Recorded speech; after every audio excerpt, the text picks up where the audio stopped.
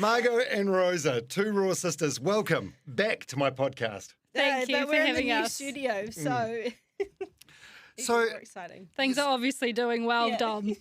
thanks. Oh, it's like an evolution, isn't it? It's an evolution, not a revolution. It's So you guys have been on the podcast before. Well, sort of. So we're having this conversation. You didn't want me. You just wanted Rosa because it was the podcast for runners, and I wasn't a runner. Yeah, that's right. So you came around home. This was like 2 years ago. Yeah. And Margo just sort of sat awkwardly in the corner, did some social mediaing. Yes. But now we've upgraded. We've got a studio. It's no longer just for runners. So Margo, Perfect. you're now welcome. Thank you. Thank you for including me. Yeah. How are you guys? We're great. Yeah. Yep. Just launched our new cookbook, so it's just a good feeling to have it out on the bookshelves now. Is it a good feeling? What's this, like number 5 or number 6? How many? Number five. five. It's Is a it a funny. good It is a good feeling. Yeah. But it's also a funny feeling. Like it's such a long process, especially this book. This has taken us 2 years to write, which has actually been a godsend. It's been the best thing we've ever done in terms of having that time to get creative and actually think outside the box and do something a little bit different. But yeah, there's different moments throughout the book process that are really hectic in terms of deadlines to make quite soon after one another. And then there's moments where, you don't even touch it for a couple of months because it's in someone else's hands. So yeah, there's lots of ups and downs, and then you kind of forget about it, and then all of a sudden it's like, shit, it's launch day. Here we go. It's the first book we're really proud of, though. Oh, come on. Seriously. Do you ever think it's a term that someone introduced me to called recency bias? Where I've never heard of that. Yeah, no, neither had I. But what it means, it's the thing that you've been working on most recently is the thing that you find your favourite. And I found this in radio. Like you'd interview Ed Sheeran or someone, and you'd say, "Oh, what's your favourite song of all time?" And he'd always say like the song that was on the radio at that time, and you'd sort of roll your eyes, going, "Okay, like, Lego House is way better than." But it makes sense. Like for me, I find that with the podcast, it's always the most recent ones that are top. Yeah, and I suppose you evolve over time, right? You look back at. We look back at our first book and we're like, holy moly. Yeah. Do you? Why? I don't know. It's just probably more all for you. You're the design photography side. Like there's photos in there you just can't even look at. Well, and that's just part of being a perfectionist and in the creative space, right? If you don't look back at your old stuff thinking, what the F is that, then you're probably not improving anyway. That's true. But yeah, no, I don't know. There's just something about this book. I've always wanted something to look a particular way and feel a particular way, and this is just everything. Good on you guys. I think that's having a growth mindset, eh? Like you're always sort of looking forward to the next thing rather than looking back. Yeah. And I think what we've done with this book as well, being our 5th cookbook too, looking back at our other 4 and being like, what we loved, what did we love in those books, what went really well, what did our audience love, what did we not like, what would we change, and then kind of creating our dream book from that. Yeah, that's great. Yeah. How many copies do you do? What do you do of a book? Well, our what's it- salad sold about 40,000, Wow. which is quite a large book in New Zealand. This one, I mean, it's only been out for 2 days. So I'm not sure on the exact numbers. We've got a bit of pressure. Are you guys like the big dogs in the cooking circuit? I'd like to think so. Yeah. Who does more? Like does Yeah. Like Heather's nodding her head. Yeah, they are. Yeah. No, but are you the top of the food chain? Excuse the pun. Are you like bigger than like Nadia Lim and Healthy Kelsey? Are they your enemies? No, they're not our enemies. No, not at all. But We I don't think have enemies. I think definitely being our 5th cookbook, we've built a really good reputation for ourselves, and we're going into the bookstores and signing our books, meeting the store or seeing the store managers again, and they're so excited to have our next book out and are saying, oh my gosh, Salad, Simple Fancy, they were always flying out the door. We're so excited to have you girls back out on the shelf again with your new book. So I think, definitely everyone's super stoked to have the Two Raw Sisters new 5th cookbook out. How do you make a recipe? Like especially about salad. Surely everything's been done, no? Yeah, a lot of people are like, so how many salads can you actually come up with? Well, Margo and I, we had, with this book again, we had 2 years to create it, we really wanted to focus hard on all the different parts of the book, from the design, from the recipes, and we would go away for like a week or so and focus on one part of the book. And recipes is always following the concept of the book. We then follow through with the recipes and how we want the recipes to be, how we want them to be sectioned out in a book. And what we did is we literally just spent a week of looking at inspiration, writing down ideas together, brainstorming, and then I kind of go away from there and write up draft recipes that we then get in the kitchen and start creating with. But I think for us it's definitely going in and trying and tasting and well, we always try use ingredients we know people have at home and ones that are cost effective. That's our starting point, and then we go from there with different flavour combinations or texture combinations. Yeah. But no, it just happens. Nice work. Well, it's a very, very pretty book. Thank you. It's aesthetically pleasing. Is that a compliment to you, yes, Margo? Yes, that is a compliment. Thank you, Dom. All right, so much to catch up on since we saw you guys last, which was like 2 years ago. I know. Rosa, you got married? I got married in March this year, and I'm pregnant. So you got knocked up? Got knocked up. So when did you get married? I got married in March. Right, and you got pregnant almost immediately? Found out the day before the wedding. Rose is actually pregnant in the book, unbeknownst to us. Yeah, I'm actually pregnant on that cover there. No, found out the day before the wedding. And then, told Rupert, my now husband, the day before the wedding as well. So it was all quite a lot to take in. He shed his pants, didn't he? Holy shit. Yeah. You serious? Nearly. He was already stressing out. It's quite funny. So, like, arguably, getting married was the second biggest commitment he made that week. Like, you can get out of a marriage, but you can't get out of being It's so Rosa and Rupert to just, you can't even enjoy one thing. You just got to move on to the next. Yeah, well, just happened. Let's say. On their honeymoon, Rosa was a moody bitch because she had hormones flying around. Where did you go for your honeymoon? We went to Raro, so I was about 10 weeks pregnant, and just the heat and everything. I was not in a great place, but no, I'm good now, and the pregnancy's been pretty good so far, and really looking forward to being a mum. Awesome. How did you announce it to everyone? How did you find out? Well, actually, thanks for bringing it up, Dom, because this is a funny story. Thinking I'm Rosa's best friend and sister. And business partner. I walked into the bathroom the night before her wedding and she was bawling her eyes out. And I said, oh, my God, what's wrong? And she said, I'm just really stressed about the wedding. I was like, okay. And then that's when she actually found out she was pregnant, but she didn't tell me. One of my bridesmaids was with me. So I had someone who knew. But I wasn't going to tell the other girls. Well, you told us all at your wedding. You pulled aside close family, immediate family, and told us all.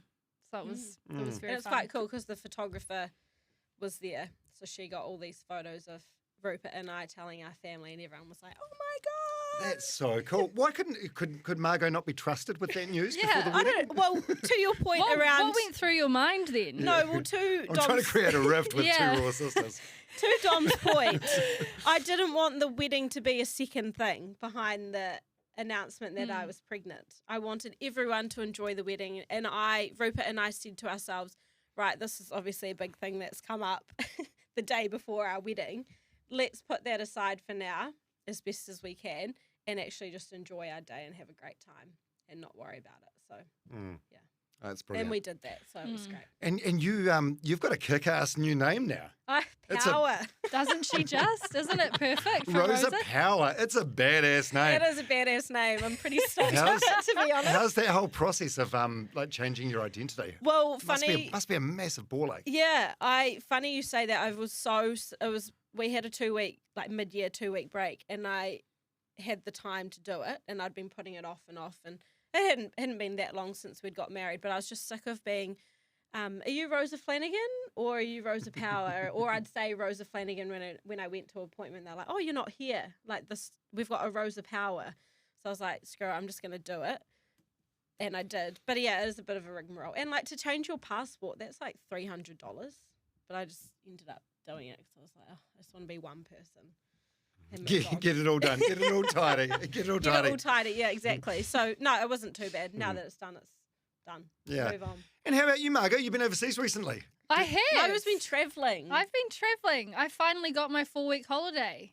My boss has been a bit of a bitch. hasn't let me go away. How do you work that? It's funny, when you're doing your own thing, your own sort of side hustle or business or entrepreneurship or whatever you want to call it. It is hard to get away for a decent amount of time, and I think especially with Europe, you want to go for a decent amount of time. But just getting the business to a point where I could actually step away and not think about it and be confident that everything wasn't gonna, hit the fan. But I went away first time in Europe. It was lots of fun. What did I do? Make the most of it because she'll be probably doing 2 jobs soon when I've got the baby. Oh yeah. Do you? When you guys travel, do you eat like normal tourists or no? Well, are you going to like Whole Food markets and as in like for pine nuts or whatever the you mean travel overseas or like in general? Like here. Around. Well, no, if I go to Europe for a month, then I'll be eating pizza every night. Yeah. I'll be going to restaurants. I think it's a mixture. Will, my partner, and I, we love making food, and going to the markets was so much fun, and you can buy the amazing produce and then go home and make it. We found that the restaurants were really expensive, and they also did quite a lot of the same food, which could be quite boring. So it was actually really fun to go to the market and then come home and make something fresh and yummy and eat it by the beach. But we did a bit of both. Nice. Tourists, absolutely. What was your favourite cuisine though? Because you went to different places. Yeah, the markets in Sicily were amazing.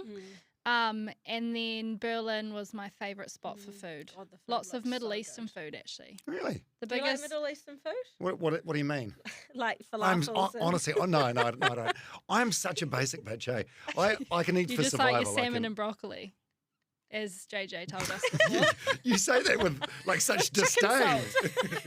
You say that like it's a bad thing. Do you ever change it up though? Yeah, like after a few nights of salmon in a row, like I feel like I've reached my your omega-3 peak. So I'll switch it up and maybe get some lamb chops or good on you. Always broccoli? Pretty much. I love broccoli. Yeah. It's a superfood too. Why are you? You need to try the seeded broccoli and more salad. It'll change your life. I do love broccoli. I don't. There's so much judgment. It is always making its way into my trolley too. And you went to Amsterdam on your. Did you get high in Amsterdam? Have you been stalking me? I listened to your podcast. No, I didn't actually get high in Amsterdam. Everyone's like, oh, did you go to a coffee shop? But it's actually such a small part of Amsterdam, 100%. The red light district. And you can smoke weed everywhere else. It doesn't just have to be at a coffee shop. Oh, that's right. You guys are from Canterbury. Yeah. I think it's decriminalised there already, isn't it? Yeah, that was the big surprise for me when I went to Amsterdam, because as a New Zealander, you think, the weed, but it's like there's coffee shops like dotted around, but they're very, very subtle. Yeah. And there's so much more to it. Like whenever I came back and people asked me that, I'd be like, no, but I had the most amazing cheese I've ever had in my life. There's shops that just have like round cheese wheels in the window. Yeah, it was such a small part of Amsterdam, but loved Amsterdam too. Yeah, but I know the answer to this question because, as I said, I've listened to your podcast. Yeah. Did you go to a peep show? Did I ever? Oh, shit, that was so awkward. We didn't know what to do. It's funny, I do this as well. You do these podcasts and you talk about stuff and you're so sort of unguarded and you don't think that anyone's actually going to listen to it? Oh, well, like Will and we've been seeing each other for like 6 years, so obviously very close. Will's quite a reserved and we guy just as well. did not know what to do with each other. So we're like, what is going on? And she was like coming out, about to rub her boobs in the window. And we were like, no, we're out. So, yes, so set the scene. Are you and Will, your partner, in a booth? Yes. So you pay at the door and you go into like your own. No, so you open the door and the glass is black, and then you put a €2 coin in, and it like clears up so you can see through, but you can see everyone in all the other booths as well. Oh. So there are like real seedy looking guys actually enjoying themselves, and then there are other people like us who are like, what's going on? What have we just put ourselves into? Yeah, but then you feel sorry for the girl in the middle, because I'm like, she looks like she's having a horrible time. But do they get they obviously they get paid well, don't they? I don't know. Do they get the euro, like the €2 that you put in the? You'd hope so. I don't know. But what was she doing? Was she dancing or like playing with herself or? Well, because we were with friends and they went in and we were still waiting. But there was a new girl that came when we went in, so she was she was in like a bikini, but their one was fully undressed and like playing with herself. but ours was just warming up. You're like, I've been banging on the window. I'm not paying for the warm-up.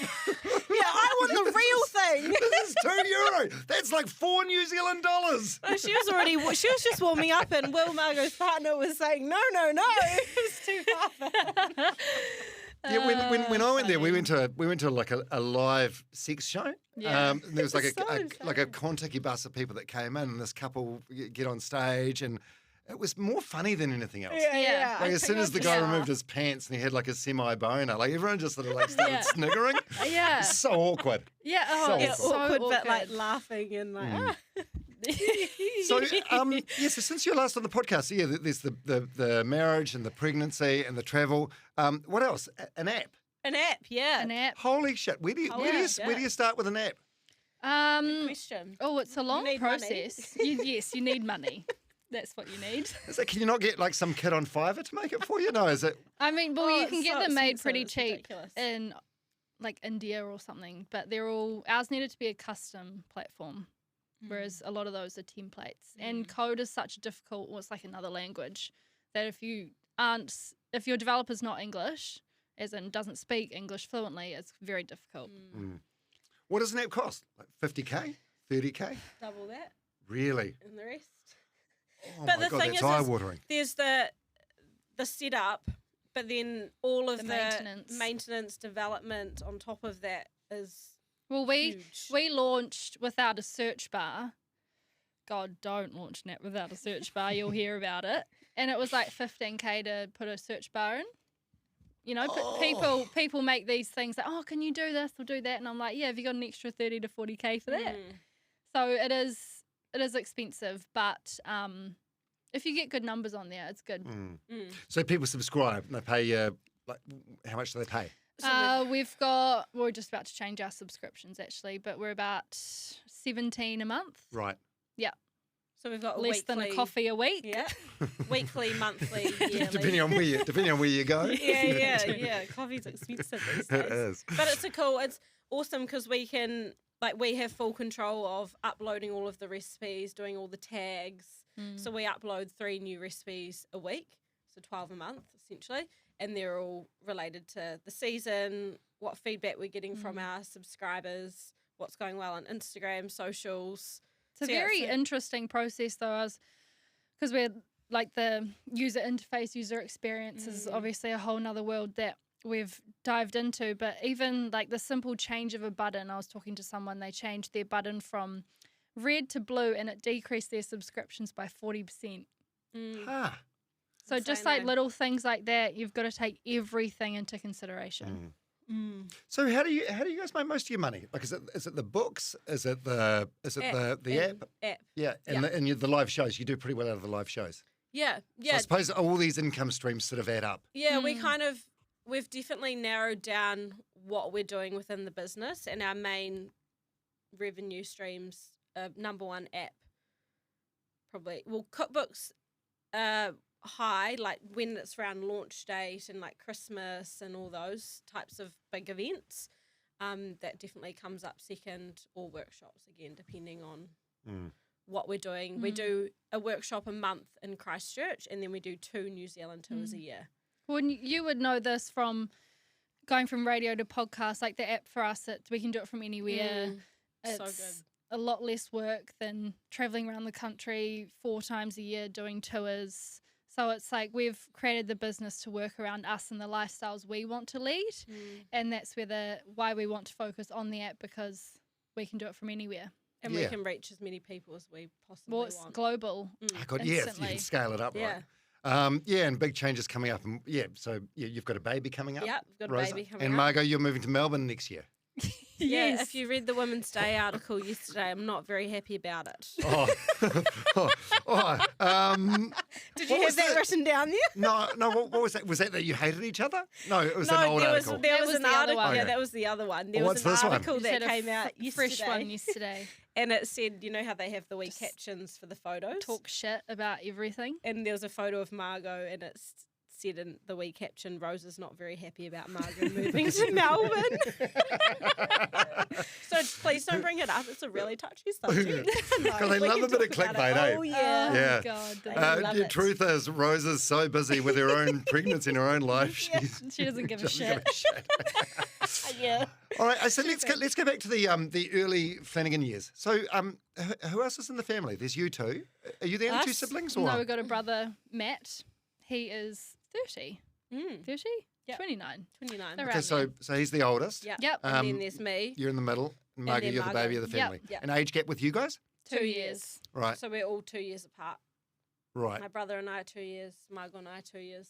Awesome. Yeah. And growing up, were you guys tight? I know that we'll get to the phase where you hated each other.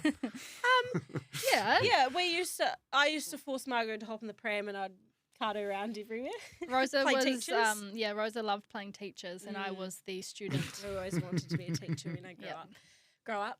But yeah, no, we got on when we were kids and with our brother as well, Matt. Yeah. And then I think it was more that like teenager, period and Puberty. going through puberty, and we just kind of clashed a little bit. So embarrassing. Yeah. Like what I'm age? too cool for Like you. high school age? 15, Like probably 13, year 14, 9. 16? Yeah. Between Well, year 9 and you went through your running stuff, Yeah. and you became like a different person, and you didn't really. You Well, we weren't really aware of whatever was going on because you were so focused on your running. So that was kind of the point where we kind of drifted apart, I would say. and different interests as well. Margo was a brand basher back then. I was a big partier. Yeah. What brands were you bashing? Or Karen anything- Walker, yeah. of course. Really? Did you have a runaway girl necklace? Yeah. I actually didn't. You didn't? I Everything didn't. else though she had. Yeah. No, I was a big partier, actually, early. Were you? Yeah. Like what? Just like, snuck drinks from mum and dad's.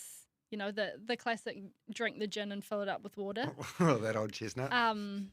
Yeah. No, and then I got chronic fatigue, and then I wasn't. Yeah, because you guys both had and this is sort of and it's funny how things work, eh? So you drift apart, then you have these issues, and they sort of bring you back together, and it's like the birth of the business, which we'll get to.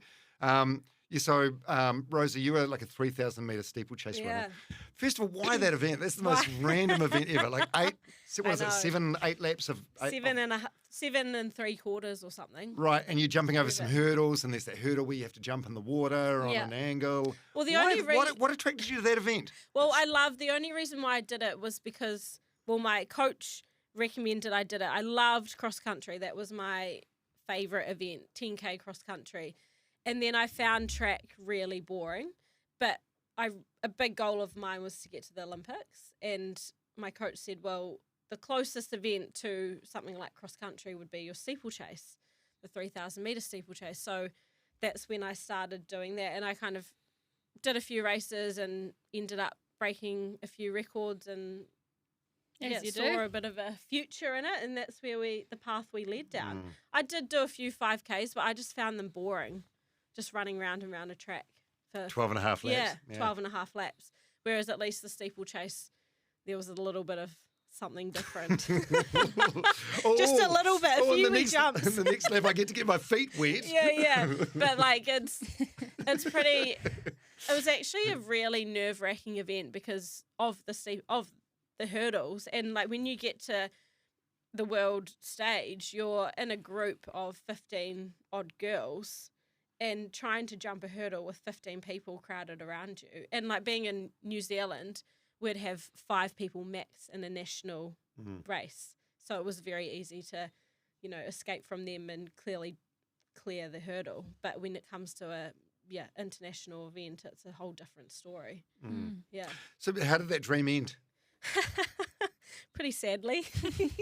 No, I qualified for the comms, and then I got injured. I was just really getting down the dumps with my injuries, and I wasn't looking after my body very well. I got diagnosed with a condition called REDS, which stands for Relative Energy Deficiency in Sport. So pretty much, on the verge of osteoporosis, didn't get my period until I was 21, really low energy availability. So all I had was the energy to do my training and come home, and nothing else really mattered to me.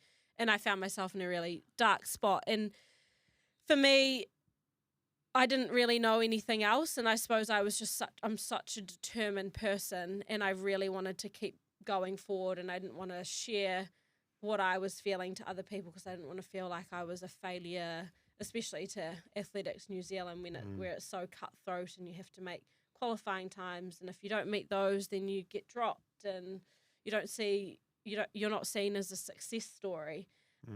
So yeah, injuries pretty much got me, and I was forced to rest, and then that rest then forces you to really think about, shit, what am I actually doing with my life, and is this worthwhile? And then from the health professionals telling me if I don't do anything about, my situation now and actually recover, then it's going to present you with lots of short and long-term health consequences that you're going to be facing. So yeah, I don't know what actually hit me to make a change and to just call it quits. But for me, I had to get out of there.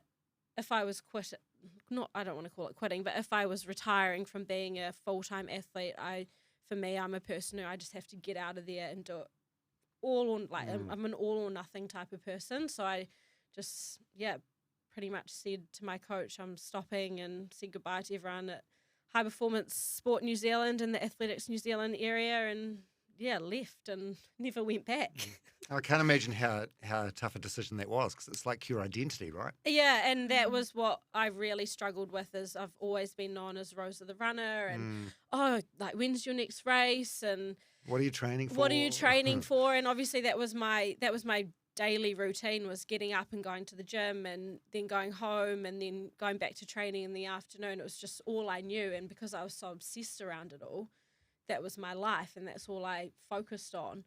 And all of a sudden that was taken away from me, and it was finding what that other thing was that fueled me and gave me that satisfaction and that motivation to get up every day. And I suppose I was lucky in the fact that I had 2 raw sisters, because that gave me a new purpose in life, and I was able to use my learnings from being an athlete and where I'd come from with that and flip it into a more positive perspective and help educate other people. And definitely talking about my journey through lots of different talks and interviews helped me recover and helped me realize how far I'd actually come, and that what I did, the decision I made, was a good decision for me personally, and I wasn't doing it for anyone else. I was doing it for me as an individual and for my future. So that was definitely a big part of me overcoming that fear and anxiety around who am I and what's my purpose in life. And now I wouldn't have. I'm glad I made the decision that I made, and I love what I do now, helping educate other people on feeling great and using good quality ingredients.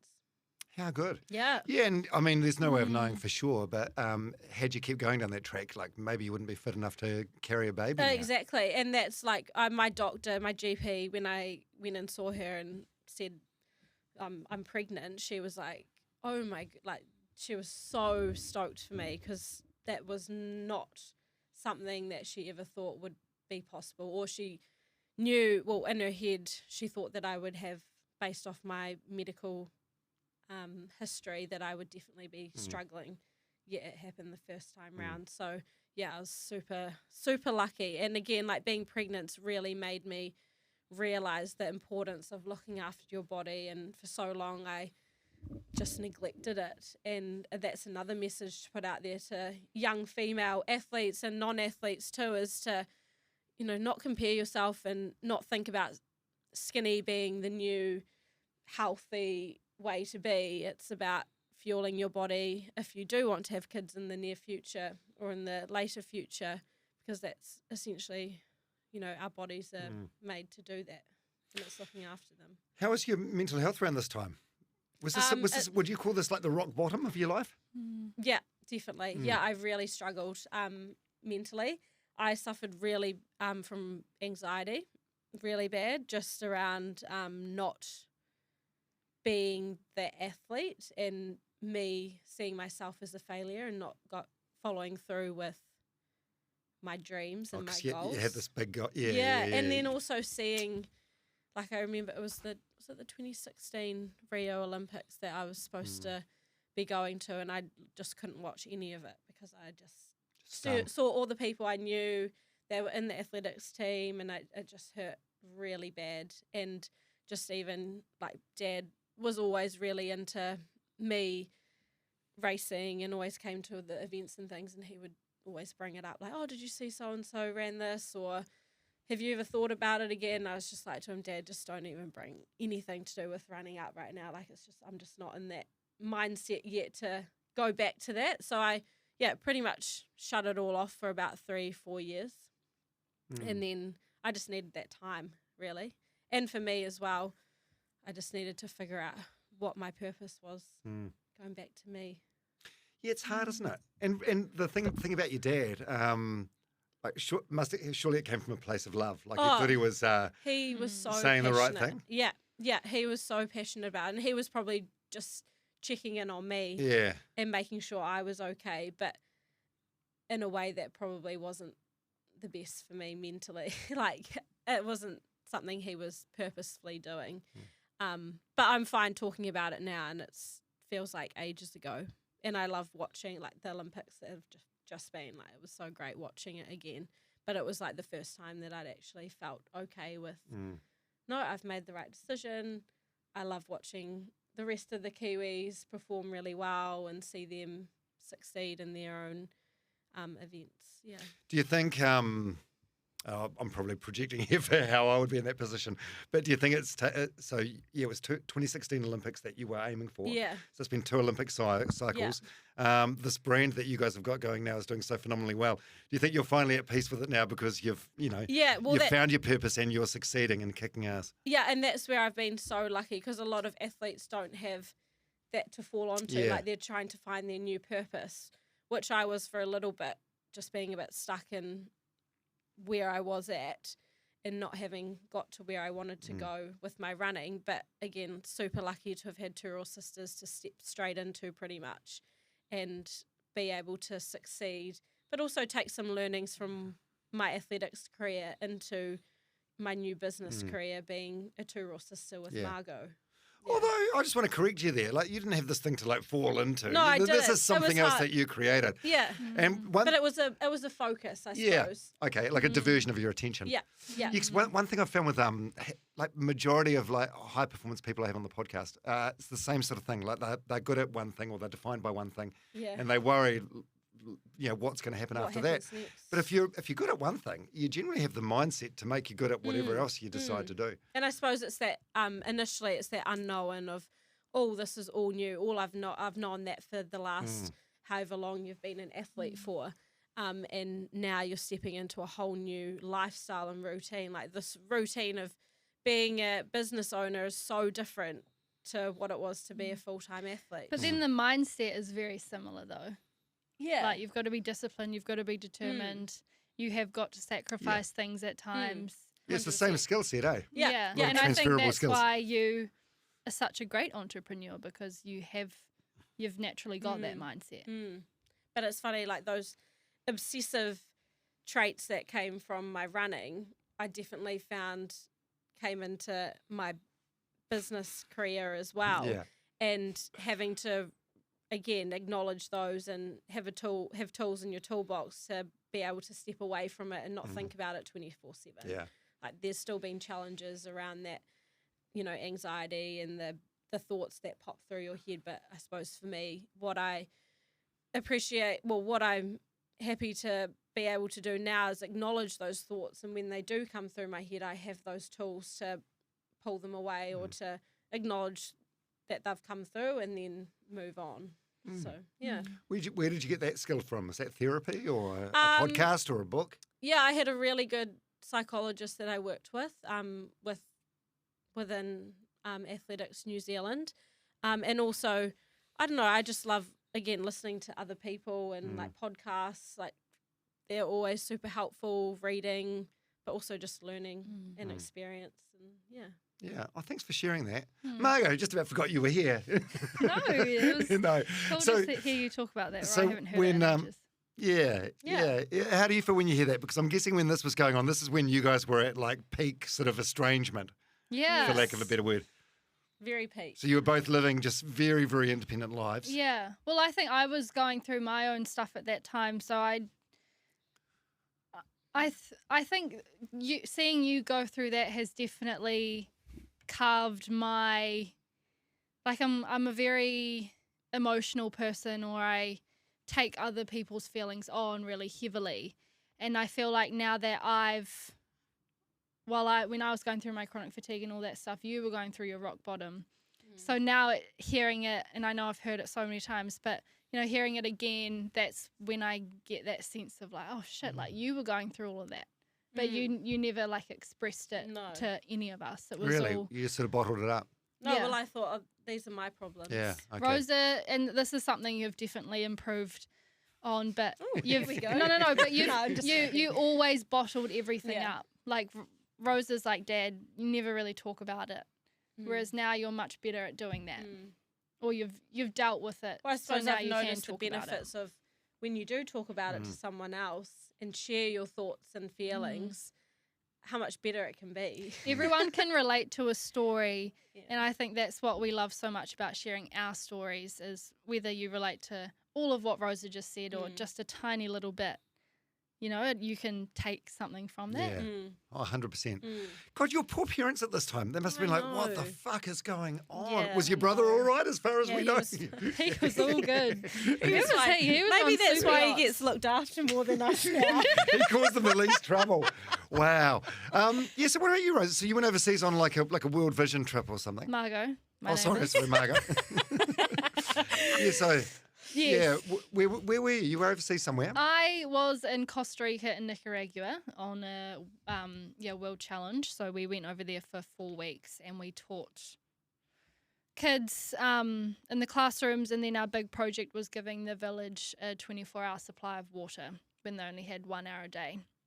So that was the big purpose of that trip, which I loved so much. I love doing things like that, and I really hope I can do another trip like that.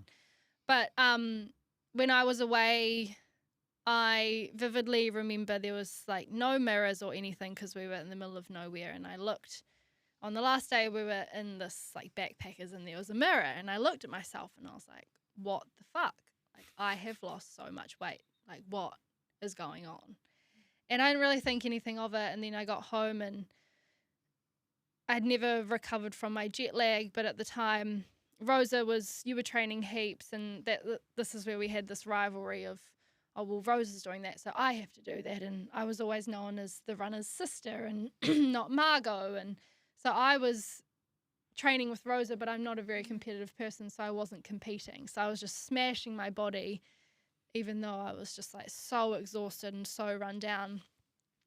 But no one really knew what was going on.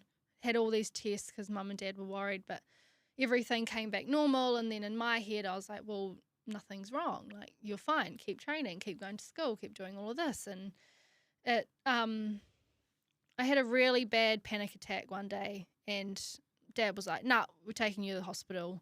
And was in the hospital, and then everything came back normal again. And I was like, what the fuck is going on? Like, I'm just, in my head, I was like, I'm going crazy. Like, what is going on? And I don't know how we came across this specialist, but Mum found this specialist, and we finally walked out with the diagnosis, which was chronic fatigue syndrome. And it all, when you find something out and then all of a sudden you just crash because you've been holding this front for so long. And then I just had this absolute crash, and I was pretty much bedridden for a year and a half. At what age? I was 16. So I was heading into year 12. So I had all of year 12 off school, and then I had half of year 13, and then I went back part-time. So what do you mean bedridden? So I would walk 50 metres and just be absolutely wiped out for the rest of the day. I'd sleep pretty much like 18 hours a day. My immune system was completely shot, so my body, this was also part of it when we were trying to figure out what was wrong. My whole face just like swelled up, and I had this rash all over my face, and Mum was like, I can't even recognize you, like, what, there's something going on. And so my immune system was just completely shot, and my body was just screaming for just rest, really.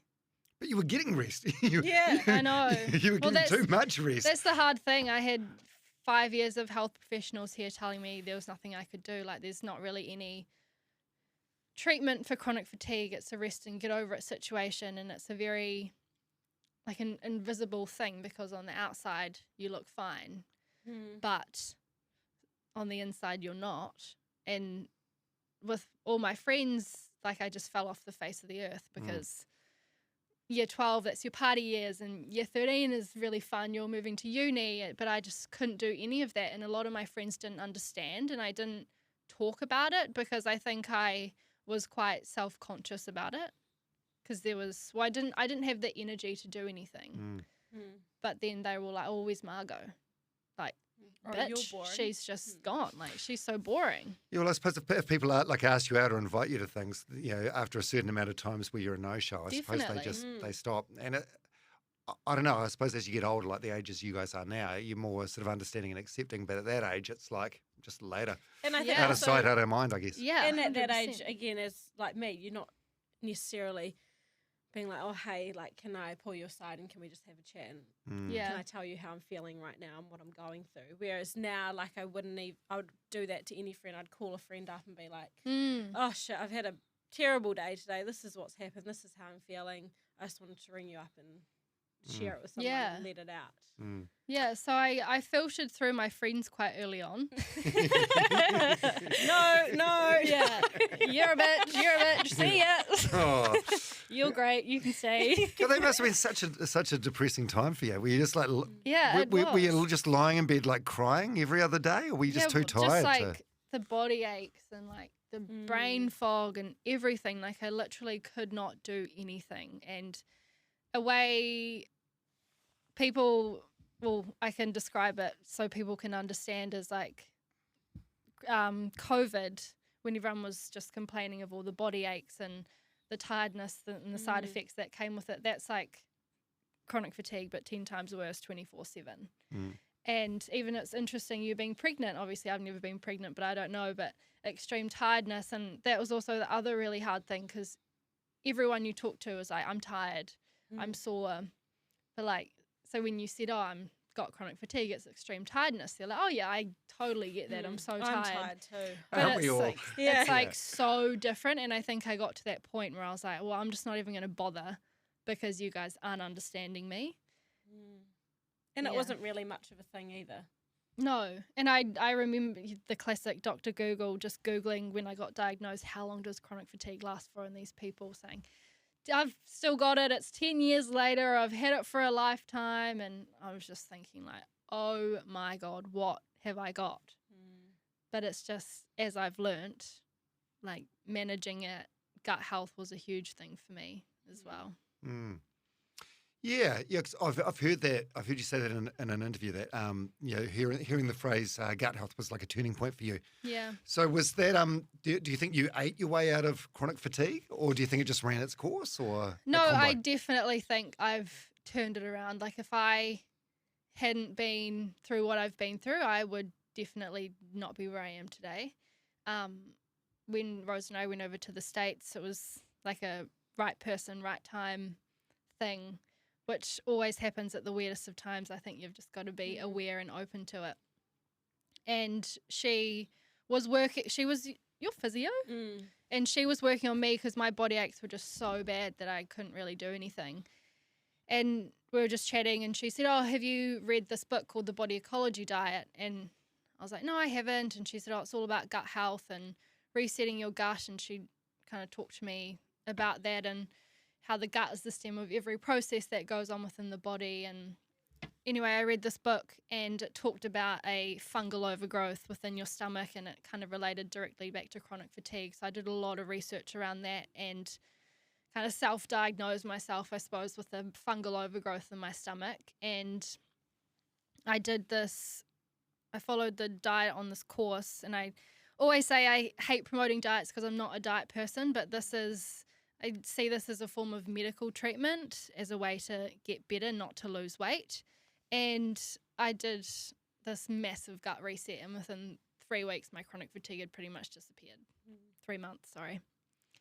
And that was like mind-blowing for me because I'd had 5 years of health professionals telling me there was nothing I could do and there was no cure for chronic fatigue. But yeah, it blew my mind that it wasn't expensive specialists and supplements. It was just focusing on cheap everyday ingredients and focusing on gut health. And that's when I got my passion for food, because I've never been into food. Rose has always been the massive foodie, but that was when you had your big epiphany of like, what am I doing? I'm running my body to the ground. And then I was in this headspace being like, what the fuck? Plants are like crazy. How has my gut just reset? And then I'm so much better again. And then that's when we were like, well, let's create a business that puts plants first and helps people with their overall health and well-being, because we don't talk about gut health and facts and things like that, because I think it's overwhelming for people and people don't know where to start. Food has become so complicated, whereas we want to make it simple and make people not get to the bottom of the hill with the ambulance like we did. We want everyone to have good health and make food exciting. I think with well-being, a lot of people look at like mindfulness and exercise, and there's lots of different aspects of well-being, but if we're not fueling our bodies with good food, how do we expect to perform well in any of those things? How do we expect to perform in exercise, work, family life, personality, energy levels, if we're not if the thing we're putting in our mouths, what's fueling our bodies to function, isn't the right form? Yeah, it does make so much sense, but like KFC, it feels really good at the time of eating it. And everything in moderation. Yeah. I'm all for that. It's fine to have it sometimes. Yeah. So, okay, so is this sort of how two Raw sisters were born? Pretty much, Like, yeah. Was it you, basically, Margo? Was it your sort of idea? Did you pitch it to Rosa, I don't know. or how did you? I had just finished school, and Rosa, I was on my way out. You were on your way out with running. And it just kind of naturally happened. Everything within Two Raw Sisters has just naturally started with a social media page, like an Instagram page. Yeah, we were like, let's just put some food on here. And then it kind of got to a point where it was like, well, you've finished school. Do we start this as a full-time gig? Because I was studying nutrition at the time. Part-time I was studying. And, yeah, we did that. And then it's just kind of all taken off from there. It's quite courageous, to think that you could do it as a... I mean, it'd be easy to set up... Anyone can set up an Instagram and do it as a side hustle, but to put all your eggs in that basket... Yeah, and it's pretty cool. Like, I suppose we don't think back about it too much, but you create this brand from nothing, and look where we are 6 years later with it. But the journey to get there there's been so many different things that have happened and come up, and things we've tried and have been a total disaster, and other things that we've tried that have been an absolute success.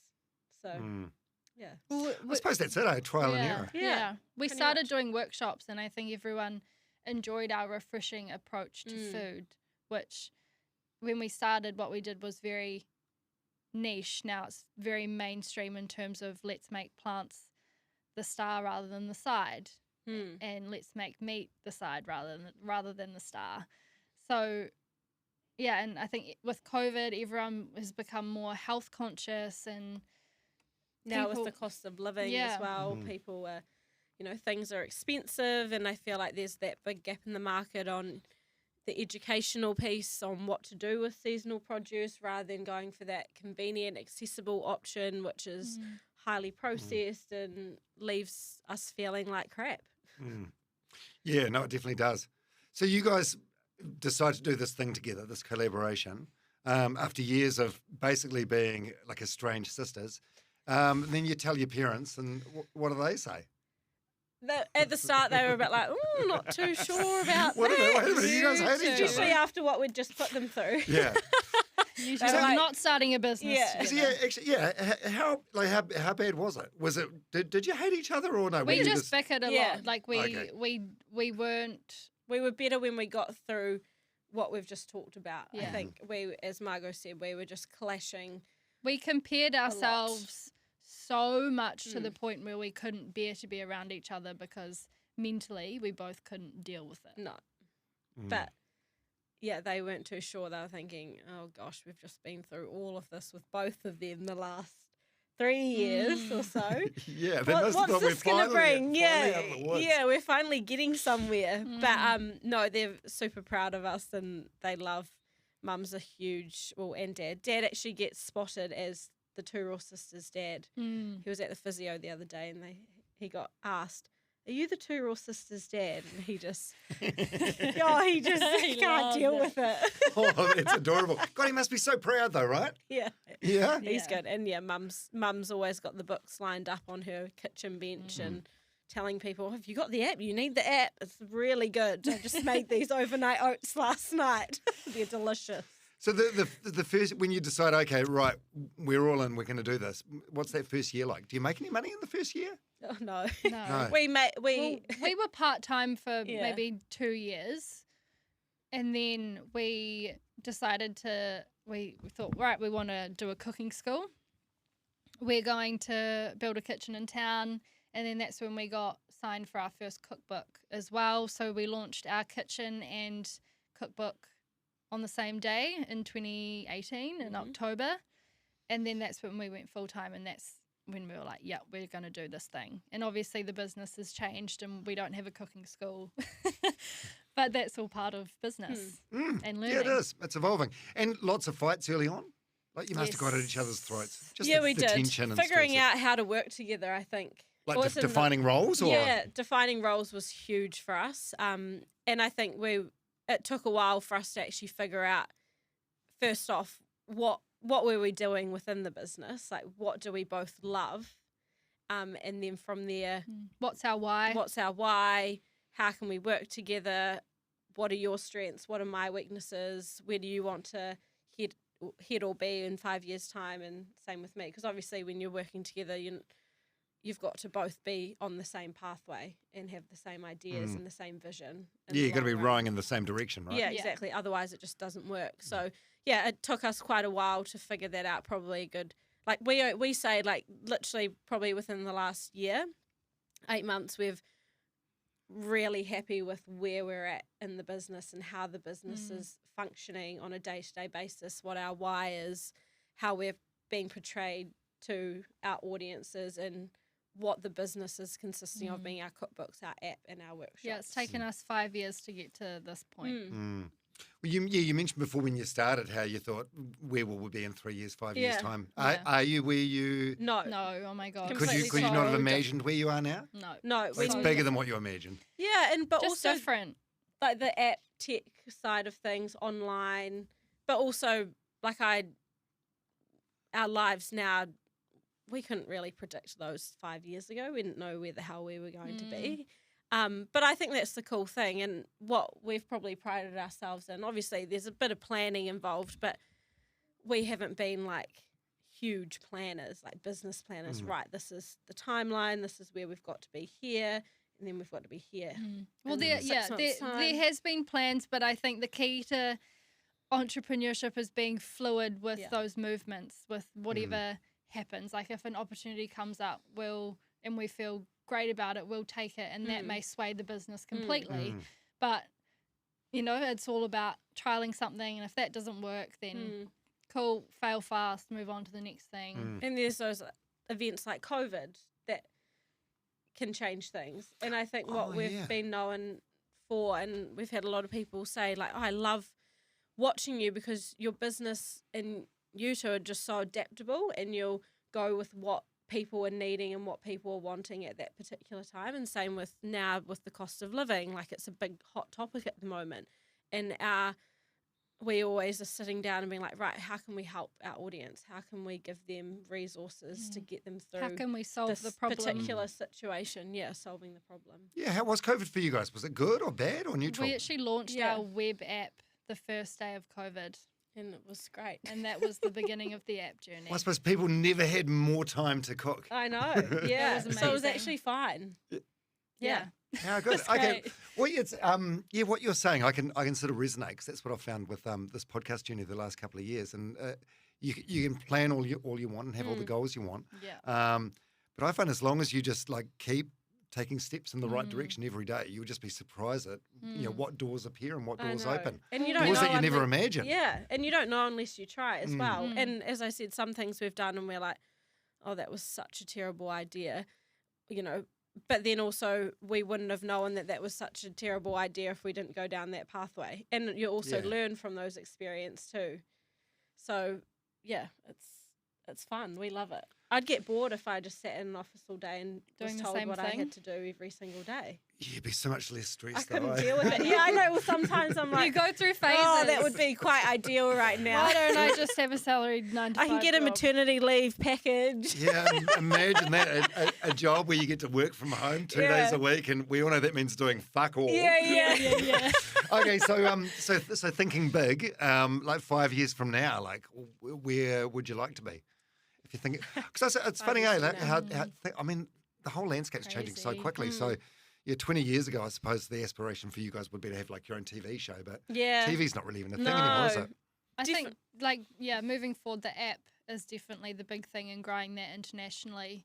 So, got a few more books in the pipeline as well. yeah, but the app's kind of the main focus.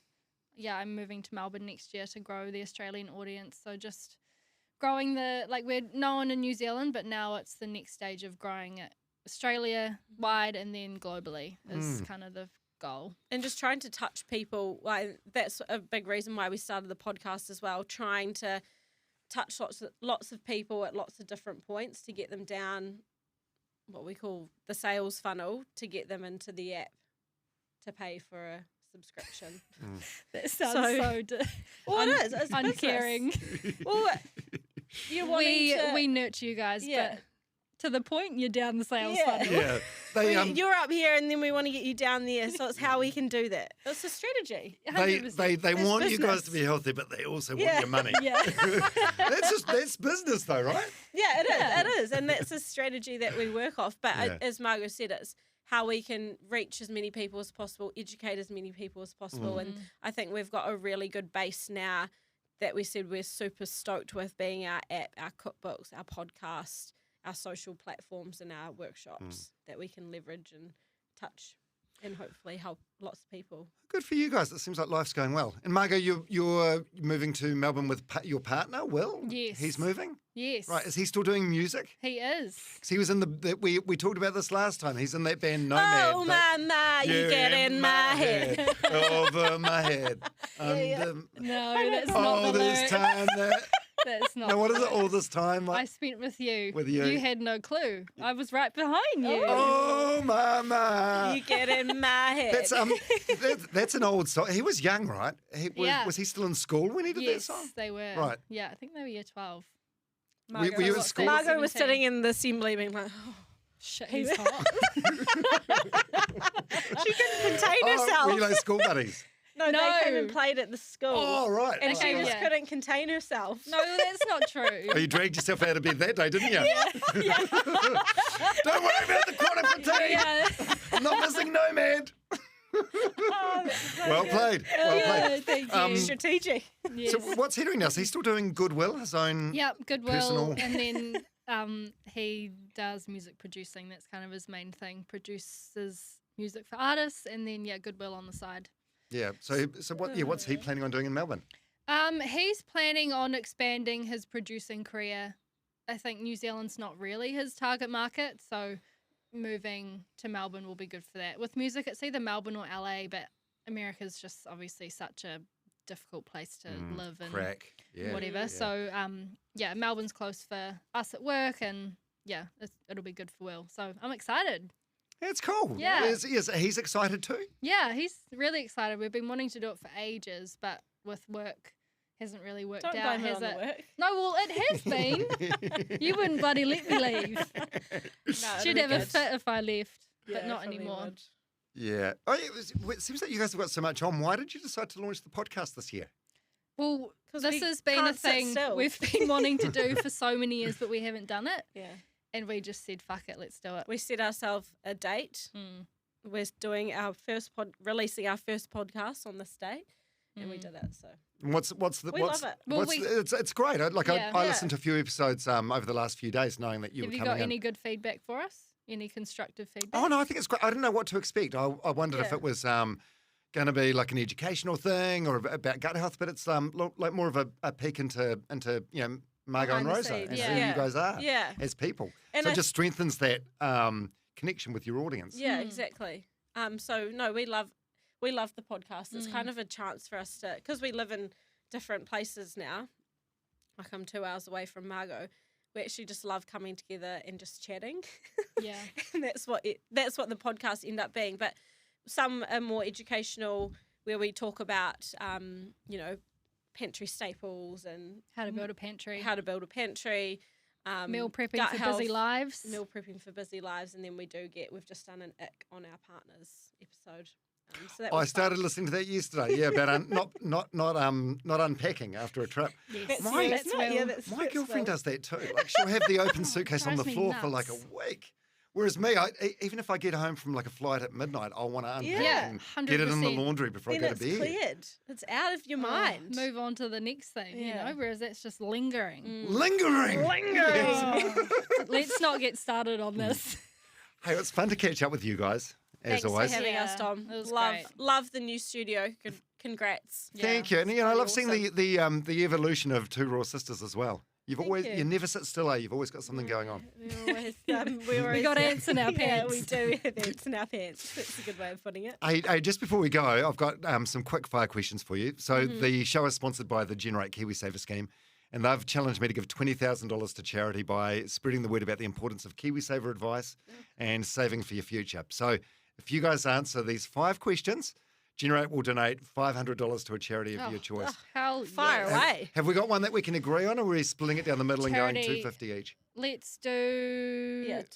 Oh, do you not want to say? Oh no, we can Ronald do the same. McDonald Yeah. House. We do a bit of work with Yeah. them. Ronald McDonald House. Yep. Yeah. Oh, they do a great job, Yeah. don't they? Yeah. Love them. Okay. Margo and Rosa, Two Raw Sisters. Here we Are go. you spenders or savers? Savers. Really, both? You're a spender. Are you kidding? You're a spender. I'm a saver. I'm a half. Okay. What has been your biggest money mistake? Oh, Business business or lifestyle? Oh, maybe an answer for each. Okay, well, Rose just answered. Yeah, we started a catering business. That was probably one of our mistakes or learnings Under the Two Raw Sisters under the umbrella. Two Raw Sisters umbrella. But you don't know if you don't try. No, and that's what I keep saying to myself. And I needed to try to. We needed to try to figure it out. And personal. Gosh, personal. That's a hard one. What about the wedding you just had? Yeah. They're not cheap. Yeah, they're not cheap. Yeah. No, but that was the Not a best day mistake. of my life. Not a mistake. What's your personal? I don't know. Shit. Oh, I did quickfire. actually buy these really Oh, expensive I know. earrings for my wedding, but I did end up returning them, and I never really wear like earrings. Quickfire, remember? Sorry, earrings. Margo, biggest money Mine- mistake? The Karen Walker phase Yeah. was. Sure, let's go with that. No, what did you have? No, I was going to say my wardrobes. Oh, they're Pieces of shit. pieces of shit. I I told her to went spend to a go- little bit more. What do you mean, like the actual I wardrobe? think if you put your finger on it, Dom, it'll break. Right. Yeah. What is it? But is that a weight problem though? You got too many garments? No, I think I just went for the cheaper option. Oh, when okay. I shouldn't just have. got a nice new wardrobe and spent a little bit of money on it because I'm a spender. And then No, I I'm a said, Margo, saver. you Perfect. you have to do Example. Yeah, you have to Anyway. get a new wardrobe and Quick she fire. went for the cheap Let's ones. Quick fire. next one. Oh God, Sorry. I'd hate this to be the moment that Two Raw Sisters came to an end. Well, know, you it's can all good. tell who bloody leads the charge. It's Yeah. me. Yeah. Are you? Who is the boss, by the way? Different areas, Different, different yeah. bosses. Yeah, and does it vary from day to day? Yep. Yeah. Oh, well, yeah, but we have our, like, you'll lead your areas in the business and I'll lead my areas. Yeah. Who do you guys talk to when you have questions about money? Mum and dad. Or Yeah. accountants. Oh, they are. Oh, no, sorry, Oh, or our accountants. Or accountants. Oh, yeah. Mm-hmm. Yeah, it's amazing. Most people talk Oh, to my their husband's he's an accountant. Oh, yeah. Is he? So, yeah, I'll talk to him. right. But you don't talk to them about everything. But there's some purchases that you. Oh, no, we have separate accounts Oh, still, do so it's all you? good. I reckon that's good for a healthy He's marriage. actually the spender in the relationship. he? Yeah. What's something fun you can see yourself doing in retirement? I'd love to travel the world. Yeah. Yeah. I did a little bit with running, but obviously getting married and having kids now, I haven't really had. Well, we haven't done any together, so we'd definitely love to go traveling. I'd love to do something in childbirth area. There we go. What do you mean? Like a midwife? No, I Like a don't, doula. whether it's volunteering or something in the women's health maternity space. Why? I love that stuff. If I wasn't doing Two Raw Sisters, I would be doing that. It just fascinates me. It's just, okay. I know, that's great. Look, your questions. Yeah. Sorry. Yeah. If you could pick anywhere to retire in New Zealand, where would it be and why? Wanaka has always been my absolute favourite place. Yeah. God, it's a And great that's where spot. I got eh? married too. Yeah, probably Queenstown for me. And what's something you love most about being a Kiwi? I I love how you can walk into a place and you know someone. Like we were in a shop the other day and two groups of people we knew walked in. I had a good old catch up with them. If it was interesting being away and then coming home, everyone's so friendly here, and we have the most amazing thing of everything: landscape, townships, people, oceans, beaches, coffee, food. Yeah, it'd be interesting to see if your perspective will change, and if so, how it'll change once you've lived in Melbourne for a while. Yeah. I'm intrigued on that too. Yeah. Do you like living in New Zealand? I love it. I love it too. I love it. Yeah, it's great, eh? It's so good. Well, Margo and Rosa, Two Raw Sisters, fabulous to have you as the first guests in my new studio. Oh, we feel very privileged. We do. Yeah. And well done with your podcast and everything too. Well, thank you. Proud of you. Oh, proud of killing you it. guys as well. It's cool. It's not easy out there, eh? Like no one's making you do anything. You got to make shit happen yourself. Yeah. And you guys do, and I'm always inspired by you two. Oh, thanks, Dom.